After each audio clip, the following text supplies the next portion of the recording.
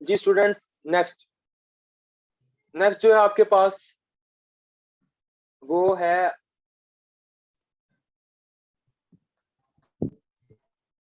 Standing waves. Standing waves को हम जो है स्टेशनरी वेव्स भी कहते हैं। और ये जो स्टेशनरी वेव्स है, इस पे आपको काफी बार क्वेश्चन आ चुका है, 3-4 बार पीएमएस में 2019 में आया हुआ है। तो ये जो स्टैंडिंग वेव्स है, ये ऐसे लगता है कि स्टैंड हुई हुई है। तो इनको क्यों स्टैंडिंग वेव्स कहते हैं, ये सीएसएस में 4 नंबर का सवाल, 2 नंबर का सवाल भी आया हुआ है। तो इसको आपने जिस तरह मैं तैयार करा रहा हूँ उस तरह करना है। देखिए स्टैंडिंग वेव्स जो है, मैंने अभी इंटरफेरेंस ऑफ वेव्स पढ़ाया था। इंटरफेरेंस में आपके पास दो वेव्स सेम होती हैं, लेकिन they move in same direction और उनका फेज एंगल चेंज होता है। यहाँ पे फेज एंगल चेंज नहीं होगा, दो वेव्स होंगी वो आइडेंटिकल होंगी, फ्रीक्वेंसी, उनकी वेवलेंथ, उनका एम्पलीट्यूड सेम होगा, लेकिन उनका फेज एंगल चेंज नहीं होगा, इसलिए हम फेज एंगल को लेंगे ही नहीं। जो मेन चीज इसमें है उसमें यह है कि ये दोनों वेव्स ऑपोजिट डायरेक्शन में मूव करेंगी, they will move in opposite direction. ये दोनों ऑपोजिट डायरेक्शन में मूव करेंगी। ये आपके पास फेज जो है स्टेशनरी वेव्स की स्पेसिफिक क्वालिटी ये है। तो when two identical waves having same amplitude and same frequency are traveling along a string in opposite direction, तो ये both combined together and the result is called standing waves or stationary waves। ठीक है। अब जहां पे इसकी energy ज्यादा होगी, ये पॉइंट है इधर एनर्जी ज्यादा होगी, इन्हें हम एंटी नोड कहेंगे। और जहां पे एनर्जी मिनिमम या जीरो होगी, वो हमारे पास नोड होंगे। ये हमारे पास नोड है और ये एंटी नोड। ये आपके पास दो वेव्स हैं और ये स्टैंडिंग वेव्स का प्रोसेस कर रही हैं। अब देखिए मैथमेटिकल ट्रीटमेंट अब आपको समझना बहुत आसान होगा। इंटरफेरेंस कर लिया, लास्ट टाइम ट्रैवलिंग कर लिया, साइनसोइडल कर लिया, तो it would be very easy for you to understand it. Mathematical treat में क्या होगा, आपके पास दो वेव्स हैं, एक y1 है, एक y2 है। इधर देखिए आपने एंगल नहीं लिया, एंगल मैंने आपको बताया आप नहीं लेंगे क्योंकि फेज चेंज ही नहीं, दोनों का एक ही एंगल है, जरूरत ही नहीं। तो y1 is equal to Y M sine के एक्स माइनस ओमेगा टी। ये आपके पास साइनोसोइडल वेव इक्वेशन है जो हमने ड्राइव की थी पिछले लेक्चर, पिछले संडे को, थर्ड लेक्चर में। और y2 आपके पास है वाई एम साइन के एक्स प्लस ओमेगा टी। यहाँ पे माइनस क्यों आया, एक पॉजिटिव एक्स एक्सिस में जा रही है और एक नेगेटिव एक्स एक्सिस में जा रही है। मैंने आपको बताया था कि स्टेशनरी में दोनों की डायरेक्शन डिफरेंट है, इसलिए दोनों को ऐड करें, वही फॉर्मूला मैथ वाला, sine A plus B, sine A plus sine B is equal to 2 sine A plus B divided by 2। ऊपर बता दिया, लिखा भी हुआ है मैंने नोट्स में, कोज ए माइनस बी डिवाइडेड बाय 2। ये आपके पास है। तो आपके पास y1 इस तरह आ गया। इसके फॉर्मूले की वैल्यू उसमें पुट करें, जो आप खुद कर लेंगे, इसमें कोई मुश्किल काम नहीं है, मुझे उम्मीद है हो जाएगा। तो बाकी आप दोनों को ऐड किया, अब आपके पास फाइनल जो इक्वेशन है वो ये आ गई। कोज माइनस एक्स जो होता है वो कोज एक्स के बराबर ही होता है। ये आपने एफएससी में पढ़ा हुआ है, बेसिक इंजीनियरिंग का कॉन्सेप्ट भी आपने पढ़ा होगा। तो मेन आप चीज आ गई, y is equal to 2 ym sine के एक्स कोज ओमेगा टी। आपने टी तो लेना नहीं, टी जो होती है वो आपकी ट्रेवलिंग की बताती है। तो जो शेप ऑफ वेव या एम्पलीट्यूड ऑफ वेव वो डिपेंड करेगा इस पे, 2 ym साइन के एक्स पे। तो ये चीज है जो के वेव का एम्पलीट्यूड बताएगी। तो आपके पास एम्पलीट्यूड आ गया 2 ym साइन के एक्स। बिल्कुल आसान है, लास्ट टाइम बिल्कुल ऐसे ही किया था, उधर कोस था, इसमें साइन है। अब कब मैक्सिमम होगा इसका एम्पलीट्यूड, जब साइन के एक्स 1 होगा। साइन के एक्स 1 कब होगा, जब के एक्स यानी एंगल जो है वो 90 डिग्री हो या 270 हो। ये देखें, पाई ओवर 2 हो, 3 पाई ओवर 2 हो, 5 पाई ओवर 2 हो, at these angle the value of sine will be maximum to get maximum amplitude। तो आपके पास आप खाली x निकालें तो x क्या आ गया, k को इन सबसे डिवाइड कर दें। अब आपको पता है wave number k 2 pi over lambda के बराबर होता है, तो k is equal to 2 pi over lambda. यहाँ पे इधर आप जो है लैम्डा की वैल्यू जो है वो निकाल सकते हैं। तो इधर lambda is equal to 2 pi over K आ गया। तो के जो है 2 पाई ओवर लैम्डा है, इधर के की वैल्यू पुट करते जाएं, हर में के की वैल्यू पुट करें तो आपके पास वैल्यू एक्स की आती जाएगी। एक्स डिस्टेंस कितना दूर है, यानी मैंने आपको कहा था वेव का डिस्टेंस हम मेजर करते हैं वेव लेंथ में, तो वो आ जाएगा λ/4, 3 λ/4, 5 λ/4। ये आपके पास आ गया डिस्टेंस वेव का। तो ये वो पॉइंट है जहां पे आपके पास एम्पलीट्यूड मैक्सिमम होता है। देखें ये वेव है एक आपके पास, और इसमें λ/4 कहाँ पे बनेगा, ये λ/4 है। यहाँ पे आपके पास देखें एम्पलीट्यूड मैक्सिमम है। फिर 3 λ/4 कहाँ बनेगा, ये 3 λ/4 है यहाँ से डिस्टेंस दिया जाए तो ये देखें यहाँ पे एम्पलीट्यूड मैक्सिमम है। तो आपने wave mathematical expression, mathematical treatment से आपने साबित कर दिया कि वेव का जो एंटी नोड है वहां पे जो है एम्पलीट्यूड मैक्सिमम है, और वो कहाँ कहाँ पाया जाता है वो हमने देख लिया। इसी तरह आपने देखना है कि नोड कहाँ पे है, मिनिमम आपके पास एम्पलीट्यूड कहाँ पे है। तो साइन के एक्स मिनिमम होना चाहिए, वो मिनिमम 0 वैल्यू होगी। 0 के एक्स की कब होगी, जब 0 होगा, पाई होगा, 2 पाई होगा, 3 पाई, 4 पाई होगा, तब आपके पास साइन 0 होगा। तो इधर से आपने के की वैल्यू 2 पाई और लैम्डा पुट की और आपने एक्स की वैल्यू निकाल ली, तो आपके पास नोड मिनिमम एम्पलीट्यूड कहाँ होगा, 0, λ/2, लैम्डा। और इस वेव को देख लें, वेव की शेप मैं बना के बता देता हूँ। λ/2 कहाँ पे है, ये λ/2 है, तो यहाँ पे मिनिमम एम्पलीट्यूड है। 0 कहाँ पे है, ये 0 है, यहाँ पे मिनिमम एम्पलीट्यूड है। इसी तरह आपके पास लैम्डा कहाँ पे है, ये लैम्डा है, तो यहाँ पे मिनिमम एम्पलीट्यूड है। तो ये आपके पास आ गया स्टेशनरी वेव्स या ट्रैवलिंग वेव्स का आपने मैथमेटिकल ट्रीटमेंट से साबित किया कि नोड्स और एंटी नोड्स कहाँ कहाँ मिलेंगे आपको, यानी एम्पलीट्यूड मैक्सिमम कहाँ होगा और एम्पलीट्यूड मिनिमम कहाँ होगा, वो आपने देख लिया। अब एक सवाल सीएसएस में आया हुआ है 2 बार कि स्टेशनरी वेव्स को स्टेशनरी वेव्स क्यों कहते हैं। तो इसका जवाब ये है, the energy is confined with in 2 nodes. Energy is confined between एक ये नोड और ये 2 नोड्स, इसके दरमियान एनर्जी जो है दोनों क्रस्ट और ट्रफ की कैद हो जाती है। That is why these waves are called stationary or standing waves. जब एनर्जी कैद हो जाएगी, वेव का काम है एनर्जी लेकर जाना, अब वेव एनर्जी आगे नहीं ले जा सकेगी क्योंकि एनर्जी तो रुक गई है। एनर्जी होगी तो वेव मूव मोशन करेगी, तो इधर एनर्जी रुक गई, एनर्जी कैद होगी, एनर्जी मुकीद हो गई है, तो वेव ट्रेवल नहीं करेगी, जिसकी वजह से वो स्टेशनरी वेव्स होंगी या ट्रैवलिंग वेव्स होंगी आपके पास। इंतहाई आसान था, लास्ट टॉपिक से रिलेटेड था, ये आपका हो गया जी। नेक्स्ट आपके पास सर है ये इसकी जो मैथमेटिकल फॉर्म है, इसके अंदर एक पॉजिटिव एक्स एक्सिस में जा रही है और एक नेगेटिव एक्स एक्सिस में, बट डायग्राम में वो ऊपर नीचे है, तो डायग्राम में मुझे ऊपर नहीं नीचे है। बात हाँ डायग्राम में मतलब वो ऊपर नीचे। पॉजिटिव एक्स एक्सिस नेगेटिव में तो नहीं ना जा रही। देखें ये आप कह रही हैं, ये कह रही हैं। जी सर। हाँ हाँ देखें, ये आपके पास एक जा रही है इस डायरेक्शन में, ठीक है, एक इधर जा रही है, एक उधर से वेव नेगेटिव एक्स एक्सिस में इधर आ रही है, ठीक है। ये दोनों वेव आपस में मिल जाएंगी इस तरह करके, आई समझ के नहीं। ये देखें, ये यस सर। पॉजिटिव ये नेगेटिव दोनों एक दूसरे के ऊपर आ जाएंगी, ये अब ये सुपर पोजिशन होगी, ठीक है। अब आई समझ, ये वो आपके पास है। हाँ जी हाँ ठीक है जी। नेक्स्ट नेक्स्ट आपके पास है डॉपलर इफेक्ट। ये मैं नहीं कराऊंगा, एफएससी वाला आपने खुद टॉपिक करना है। डॉपलर इफेक्ट क्या होता है, डॉपलर इफेक्ट के 4 जो है इफेक्ट हैं, या आपने एफएससी के करने हैं। मैंने अभी तक आपको 2 एफएससी के लिए असाइनमेंट दे रखी हैं। ये मैंने आपको कहा था बर्नौली इक्वेशन जो है उसके चारों इम्पैक्ट सॉरी चारों एप्लीकेशन आपने करनी है वहां से, और एक आपने जो है ये वाला जो है इसको डॉपलर इफेक्ट को आपने एफएससी वाला करना है। सीएसएस और पीएमएस में इस सवाल आए नहीं है, लेकिन सिर्फ एक तो एमसीक्यूज के लिए और न्यूमेरिकल के लिए ये आप वहां से देख लें, इसे आपने खुद करना है, मैंने लिखा भी है साथ एफएससी, ये आपने वहां से करना है। नेक्स्ट आपके पास बीट्स है। बीट्स आप पेपर देखें, बीट्स का लॉन्ग क्वेश्चन नहीं आया हुआ, हम इसे स्किप करेंगे। बीट्स होता क्या है, बीट्स में एमसीक्यूज क्या है वो मैं आपको बता देता हूँ।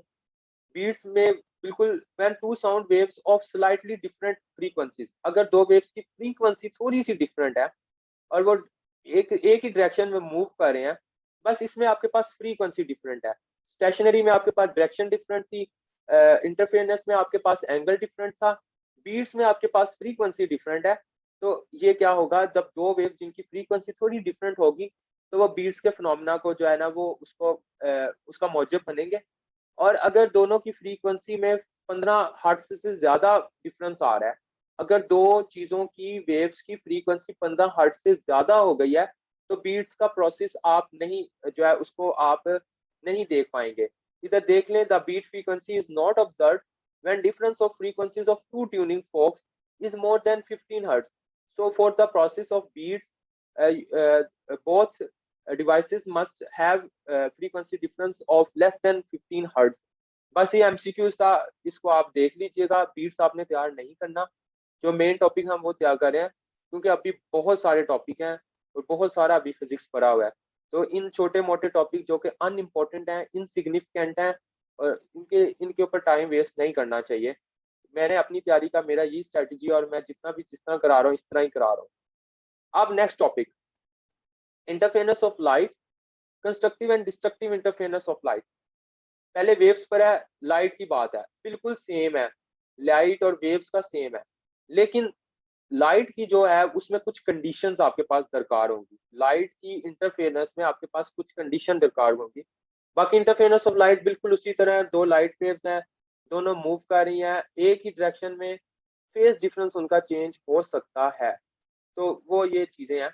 कंडीशंस क्या है, सीएसएस में कंडीशंस पे सवाल आ चुका है 2-3 बार, आप पेपर पास देखें। कंडीशंस क्या है कि इंटरफेरेंस ऑफ लाइट होने के लिए, इंटरफेरेंस ऑफ लाइट तब तक मार्ज वजूद में नहीं आ सकती जब तक आपके पास ये लाइट वेव्स में ये कंडीशंस ना हो। पहला, मोनोक्रोमेटिक। लाइट वेव जो है वो मोनोक्रोमेटिक होनी चाहिए। मोनोक्रोमेटिक का मतलब होता है कि जितनी भी लाइट की वेव्स एक सोर्स से निकल रही हैं, उन सब की वेवलेंथ एक जैसी हो। अगर 695 नैनोमीटर एक वेव की, लाइट की वेव की लेंथ है, वेवलेंथ, तो सब वेव्स जिन पे हम इंटरफेरेंस कर रहे हैं उन सब की 695 नैनोमीटर होनी चाहिए। फर्स्ट कंडीशन ये है। दूसरी है फेज कोहेरेंट। फेज कोहेरेंट का मतलब ये है कि दोनों के दरमियान जो फेज चेंज है वो कांस्टेंट होना चाहिए। दोनों के दरमियान फेज चेंज क्या होना चाहिए, वो कांस्टेंट होना चाहिए, कि जितनी भी वेव्स, दो जो वेव्स हैं उनके दरमियान फेज चेंज एक ही रहे। अगर 270 है तो सब वेव्स में 270 ही रहे। अगर 360 डिग्री है तो तमाम वेव्स में 360 डिग्री रहे। तो ऐसा सोर्स होना चाहिए जो कि लाइट वेव्स निकाले, तो उनका फेज कोहेरेंट होना चाहिए। फेज चेंज जो है वो एक जैसा हो, या फेज चेंज उसका कांस्टेंट रहे। तो डेल्टा एंगल जो है वो आपके पास क्या आना चाहिए, कांस्टेंट होना चाहिए। ये कंडीशंस दो होंगी तो इंटरफेरेंस होगी। ये कंडीशन इंतहाई अहम है, पेपर में पूछ लेता है what is interference of light, what conditions are required for happening this interference of light.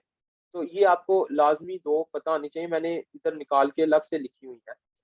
Constructive interference इसकी बिल्कुल वैसे ही है, एम लैम्डा आएगा, पार्ट डिफरेंस सेम वैसे ही है। अगर आप चाहते हैं तो आप प्रूव कर सकते हैं वही वाली वेव से, वरना आप डायरेक्ट इसको लिख लें, एम लैम्डा आपके पास आएगा। और इधर आपके पास डिस्ट्रक्टिव आया था एम प्लस हाफ लैम्डा, तो वो एम प्लस हाफ लैम्डा आएगा। यहाँ पे एम आपके पास 0 1 2 3 इस तरह करके आपके पास होगा। तो ये आपके पास इंटरफेरेंस ऑफ लाइट थी। ये जो चीज आप कह रहे थे कि फेज डिफरेंस और पार्ट डिफरेंस में क्या है, ये वो है। तो फेज डिफरेंस 2 पाई लैम्डा ओवर डी, ये वैसे इसने मजीद बताया, इसकी जरूरत नहीं है। तो आपके पास इन अ नट शेल कंस्ट्रक्टिव के लिए एम लैम्डा होगी और डिस्ट्रक्टिव के लिए एम प्लस हाफ लैम्डा होगी। दोनों केसेस में एम की वैल्यू 0 1 2 3 4 तक आगे एन तक जाएगी, वो होगा। ये आपका हो गया इंटरफेरेंस ऑफ लाइट। इसमें कोई मसला नहीं होना चाहिए मेरे ख्याल से, इसमें बहुत ही आसान सा था। नेक्स्ट टॉपिक, ये लास्ट टॉपिक होगा आज इंशाल्लाह, young double slit experiment. Young double slit experiment आप एफएससी में कर चुके हैं, उसी से मिलता जुलता यहाँ पे है, कुछ चीजें उसने ऐड कर दी हैं।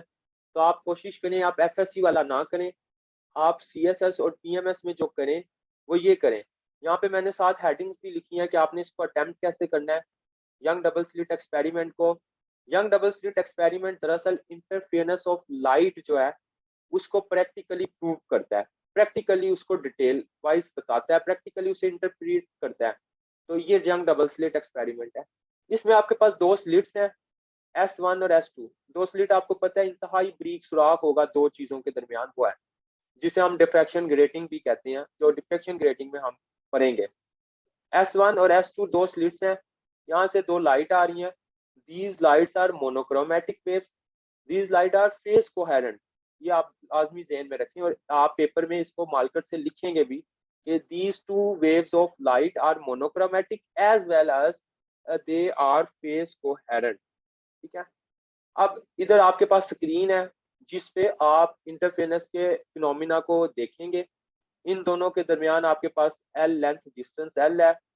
यहाँ से आपके पास एक्सिस से लेकर जो पहला बनेगा, जो भी आप ऑर्डर देख रहे हैं कि ब्राइट आएगी या डार्क आएगी, आपके पास रिजल्ट जिसे हम फ्रिंजेस कहते हैं, ब्राइट फ्रिंजेस आएंगी या डार्क फ्रिंजेस आएंगी या मैक्सिमा आएगा। मैक्सिमा का मतलब मैक्सिमम आपके पास एम्पलीट्यूड होगा या मिनिमम एम्पलीट्यूड होगा। तो आप इधर स्क्रीन पे सब कुछ देखेंगे।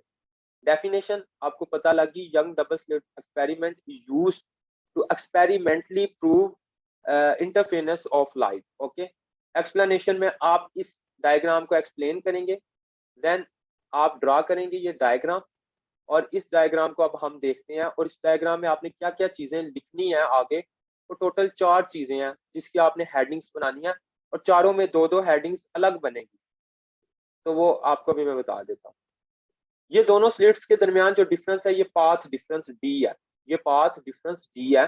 और यहाँ पे देखिए ये पाथ डिफरेंस ये है, ये पाथ डिफरेंस जो है वो बराबर है आपके पास डी, ये पाथ डिफरेंस जो है ये बराबर है, ये फॉर एग्जांपल आप एक ट्रायंगल बन गई है, तो आपके पास पाथ डिफरेंस जो है वो बराबर होगा साइन थीटा, बराबर होगा साइन थीटा, बराबर होगा path difference perpendicular over hypotenuse, ये हाइपोटेनियस। तो path difference over D is equal to sine theta आ गया। तो यहाँ से आप अगर पाथ डिफरेंस निकालें, पाथ डिफरेंस का मतलब है दो वेव्स के दरमियान जो वेव लेंथ का डिफरेंस है, वो आपके पास आ गया डी साइन थीटा। तो पाथ डिफरेंस आ गया डी साइन थीटा। ये दो वेव्स के दरमियान जो है वो डिस्टेंस जो है वो ये है वेवलेंथ की फॉर्म में, और ये डी डिस्टेंस है दो स्लिट्स के दरमियान। S1 और S2 स्लिट्स के दरमियान जो डिस्टेंस है वो डी है, और वो बराबर है पार्ट डिफरेंस के, जो कि D sine theta is equal to path difference है।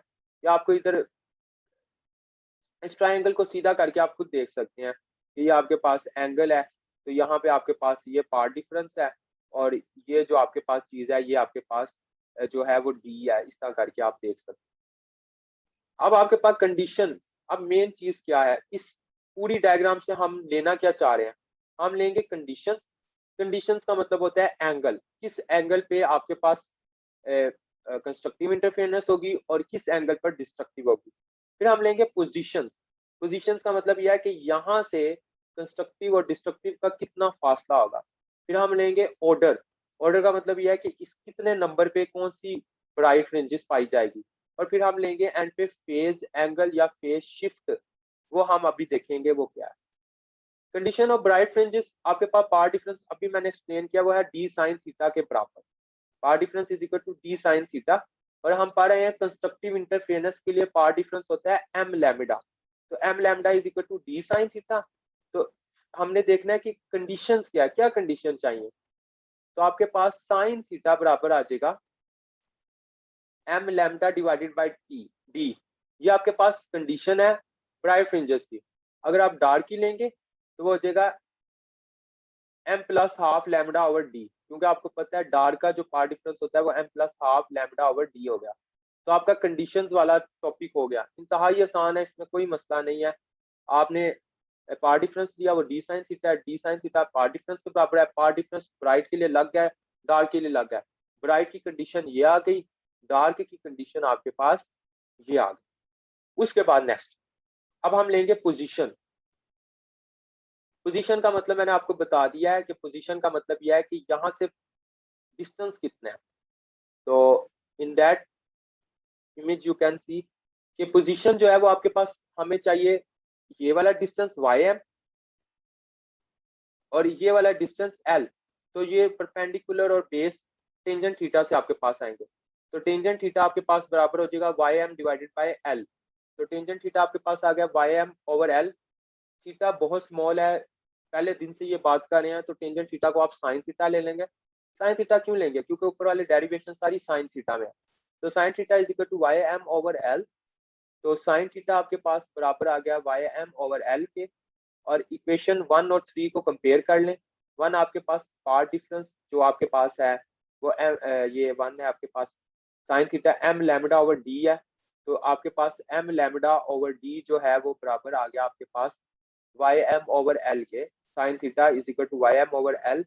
तो अगर आप ब्राइट की बात कर रहे हैं, ब्राइट फ्रिंज की, कंस्ट्रक्टिव की, तो m lambda over d ym over l क्या आ गया? तो ym आपके पास डिस्टेंस क्या आ जाएगा? m lambda over d। अगर आप डार्क की बात करेंगे तो m में प्लस हाफ ऐड कर दें तो ym आपके पास आ जाएगा m plus half lambda l over d।